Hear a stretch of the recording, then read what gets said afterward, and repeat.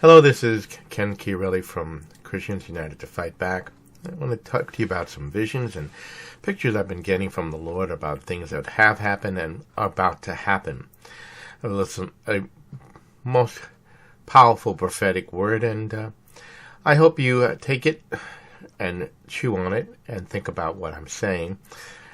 So, first thing I want you to realize is that what just happened on the 27th is that the National Day of Remembrance for the Holocaust just passed. And it's a very sensitive day, and Jews around the world remember what happened in the Holocaust.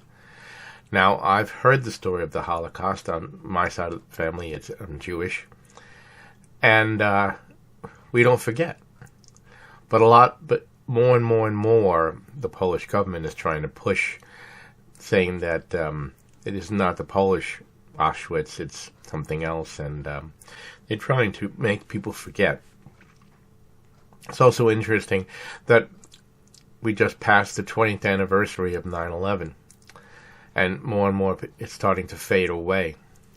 I want to talk to you first about that, what just happened with the National Day of Remembrance. My Uncle Si was there, part of the brigade that set them free at Auschwitz.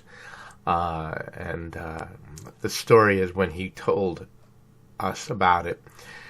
You know, he was a very happy and go-lucky guy, but when he would tell the story, his countenance would change. And he just got so depressed and empty. It actually almost destroyed his faith in God. And so, if you want to really find out really what happened in that, I'd recommend a book, Where the Birds Never Sing, and it's by Jack Sacro. My Uncle Si served with him in the 92nd Brigade, and when they freed that area. It was a very, very sad day. And very unique. But a lot of things have happened since that time. Now, you know, God didn't forget that it happened. And on the same day that we had the National Day of Remembrance, something happened in Israel you may or may not have heard about. Is that they had snow in Israel, in Jerusalem. Now, if you're familiar with Israel is a desert region, so rain and snow are very rare. When rain comes, it's very, very well welcomed. Well, they've had major storms and rain and snow for the first time in about 3 years. But most importantly, they've had snow, which in a desert region is not something that happens on a regular basis. So it's been quite a sign of something is about to happen. And if you don't think having snow in Jerusalem is not a sign, you need to read your Bible. So let me talk to you about what I've been hearing from the Lord. Essentially a year ago, back in October, I got a vision about the coming events that were coming. And I've had these visions before, and he began to outline things that were coming and things that were about to happen. And everything that I saw happening has come past in the time that has happened. I won't get into much about it, but several Christian leaders were going to be called home, things of that nature. There would be a great shaking in the church and a great falling away from the body of Christ, because he was going to remove those pastors, those churches, those people who really weren't part of the remnant, who were just in name only Christians. And we've seen that happen more and more as throughout the world. In fact, we've even seen it get so bad that in Canada, pastors are being arrested for allowing their congregation to sing. And it's gotten darker and darker and darker. But the Lord wants to say that we're about to incur a major shift and a major change for those who are willing to step across the bridge, step out, step and go forward. So, back in December, there was a major shift, a call in the spirit, so to speak, to cleanse your temple, to cleanse your lives. And during January, we have seen some major shifts, major pushing and negativity or negative growth in politics and business and all this. But in February, I feel the Lord is calling us out to have a Esther experience. And what he's saying is that you, as a Christian, need to look inside and be willing to give it all. Let's just look at the book of Esther and what the true story is. The Jews were... So what I have been sensing for the month of February is the Lord is putting a line in the sand, or basically saying that now I've cleaned out the remnant. I've cleaned out what's remaining of the church now, my body. But now I'm asking them to make a step of faith, to push forward. And what we're going to have in February is a mighty move of God. The angels are singing and getting ready to do something. What we're going to have is what would be considered a true Purim. And what I saw in the spirit, and was confirmed by other people like Cindy Jacobs, they had their own version of it, was I kept having a dream where I was in the movie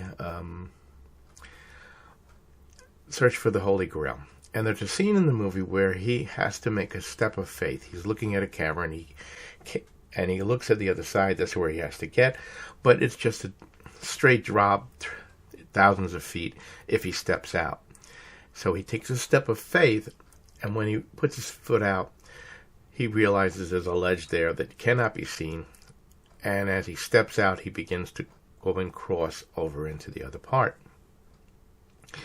I heard a couple different versions from different prophets. One was that, like one of those wooden bridges that has the vines that hold it up, and that it's very rickety, and if you step out on it, it'll start to swing back and forth. And they were stepping out onto it, and then the bridge turned into concrete. Well, this is going to season where God is saying, step out, a leap of faith, okay, and start doing and cleaning house. So the true meaning is what in Purim is. So I'm going to go over the Feast of Purim and how it relates to the dream I had. This is an outline, basically, of the book of Esther. Basically, I'm going to go over the story and then relate to it backwards, how I'm seeing this.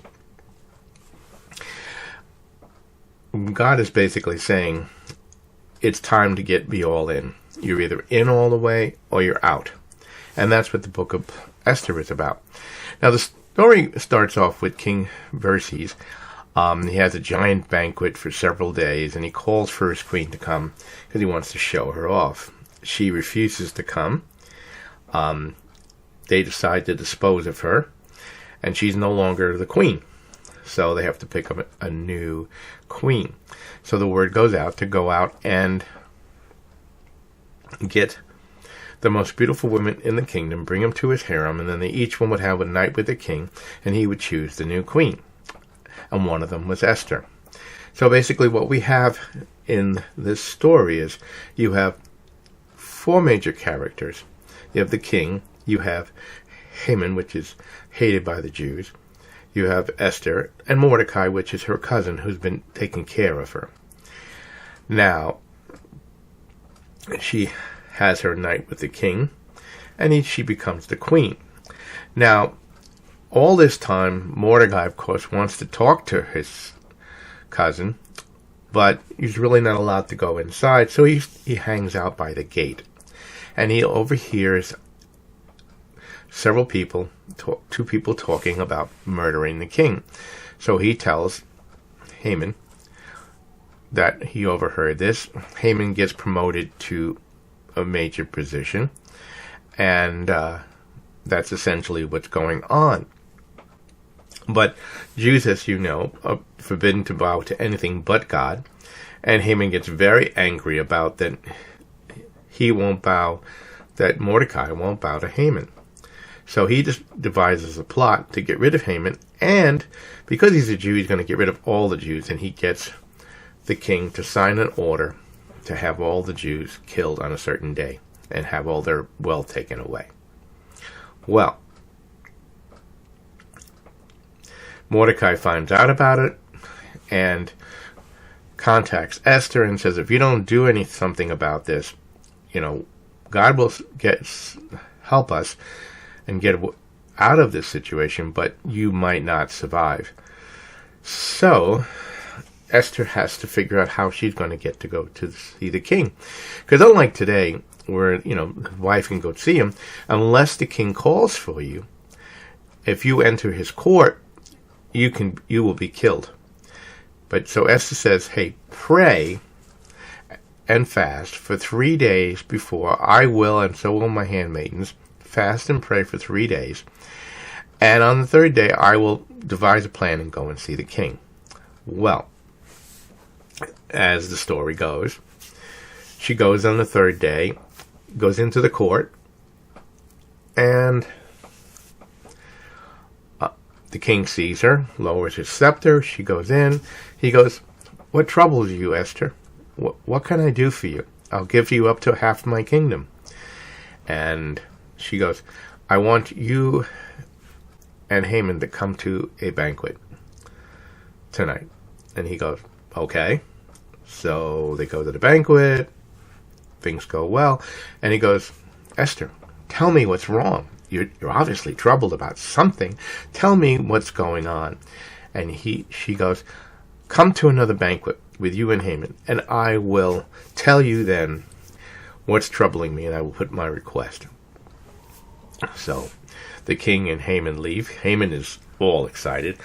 He feels so enthralled about what's going on, and he goes and tells his wife and tells him about that Mordecai won't bow to him, and she says, why don't you arrange that you can have gallows made, so when the day of the Jews to be killed occurs, he can watch them being killed, and then you can hang him and have a delight. So he thinks that's a great idea. In the meantime, the king can't sleep that night. And because he can't sleep that night, he says, well, I'll do some work. So he has the scrolls pulled out of events that have occurred that he hasn't read about. And he begins to read about that Mordecai had saved the king's life and uncovered a plot to kill him. So he says, well, what has been done to, reward this man? And said, absolutely nothing, king. He says, well, I have to do something about this because this man saved my life. So he goes looking, says, who can I send to do this? Well, who's in the court right now? Haman. So Haman comes in. He goes, what can I do to reward a man that the king that someone has honored the king greatly, and I want to honor him? Now Haman thinks he's speaking about him. So what does he do? He says, well, what we'll do is we'll put him on the king's finest horse with his finest robes and parade him around the kingdom, displaying him that this is in the man's favor. And he says, okay, do it.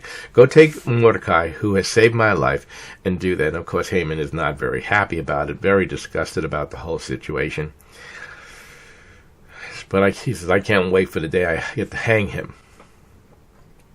Well, at any rate, I'm cutting out some of the part of the storyline, but basically, Haman and the king and Esther go to the banquet, and the same thing happens. The king asked Esther, what troubles you? What's going on? I'll give you up to half my kingdom. And he says, I'm distressed because someone is going to kill me and my people. He says, who is trying to kill you? Haman. Why? It's because I'm a Jew, and you signed a decree that you're going to kill all the Jews, which means you have to kill me. Well, Haman is the king is very distressed, so he takes a walk out of the area into the garden to think about what can he do to save her life, because once an order is signed to do something in that time, it cannot be revoked. At the same time, Haman is begging for his life on Queen Esther, like, I didn't know that you were a Jew. I didn't know. And at that moment, he falls and lands on top of the queen. The king walks in and sees it. He says, not only you want to kill my queen, but you're trying to molest her. So he has Haman and his family taken and hung. And then he's trying to figure out what he could do. And what he does is he institutes an order, which unlike no order, and orders the Jews to be armed and taught how to fight. So on that day, they can fight back and kill anybody who tries to kill them. And then Mordecai is now given the position of Haman and all of his houses and all of his wealthy and all of his riches. That is basically the story of Purim and how things happened in those days. But the true story really begins many years before. King Saul was ordered to take out a certain king and destroy not only him, all the people, all the livestock, everything, but instead King Saul brought back the king and had him hanged there and brought back merchandise and allowed some of the people to live. And Haman was a descendant of that king, that people.